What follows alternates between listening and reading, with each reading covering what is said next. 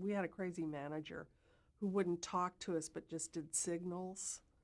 And, you know, if he wanted you to, I was called the spot girl because I was the tallest and had the loudest voice. And so he would line all of us usherettes up at the end of the lobby, and he would go from right to left, or left to right, and he would point, and he'd go spot, that would be me, and then he'd say shoot aisle 2, shoot aisle 3, or shoot the balcony. And this was Candy for some reason, and so he'd point to the next girl. She was assigned to the Candy. Another one was box office. I think this was box office. It was, I mean, he was nuts. And so I would stand in the middle of the lobby in this amber spot and say, aisle 2 straight ahead, or the stairway to your right. And then he would come and give me other signals and so forth. And there was one time he was wanted on the phone, and somebody told me, they said, go tell him he's wanted on the phone. Mr. Batten was his name, and I knocked on the door. He said, yes, what is it? And I went in, I said, Mr. Batten, sir, you're wanted on the phone out front. He said, Burnett, whenever I'm wanted on the phone, you don't tell me I'm wanted on the phone. You knock on the door, you stick your head in, and you do this. So, anyway.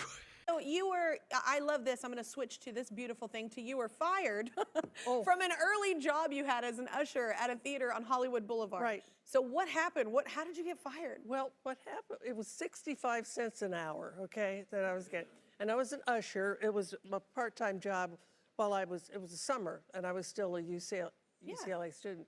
And we had to wear these funny outfits. Like I had epaulettes and a harem pants and a fez, a hat and all. And I was standing in front of aisle 2 door this one night.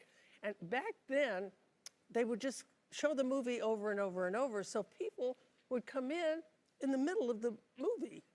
Yeah, that's what they did back. It was stupid. Why? Yeah, and then they would sit there, and then they'd wait, and then they'd watch it, and it would start over again. And they'd say, oh, this is where we came in, and then they'd leave, you know. So anyway, wow.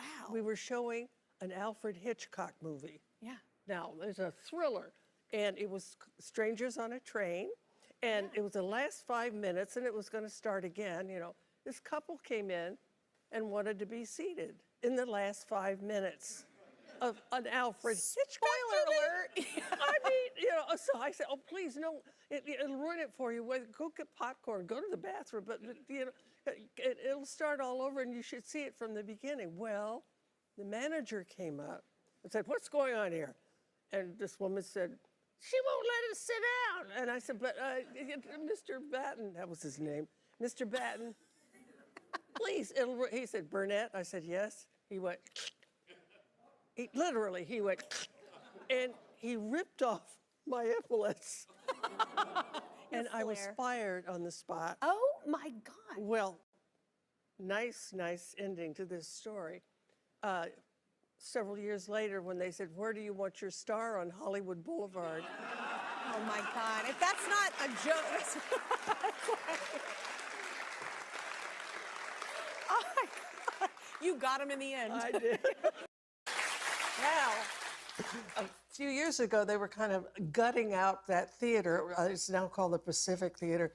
And my husband went to them and said, what are you going to do with door 2? And they were going to destroy it or whatever. He said, can we have it? So we got the door, and the door to aisle 2 is in my home. That exit sign was from 1929 at Warner Brothers, so I stole that too. And I got that.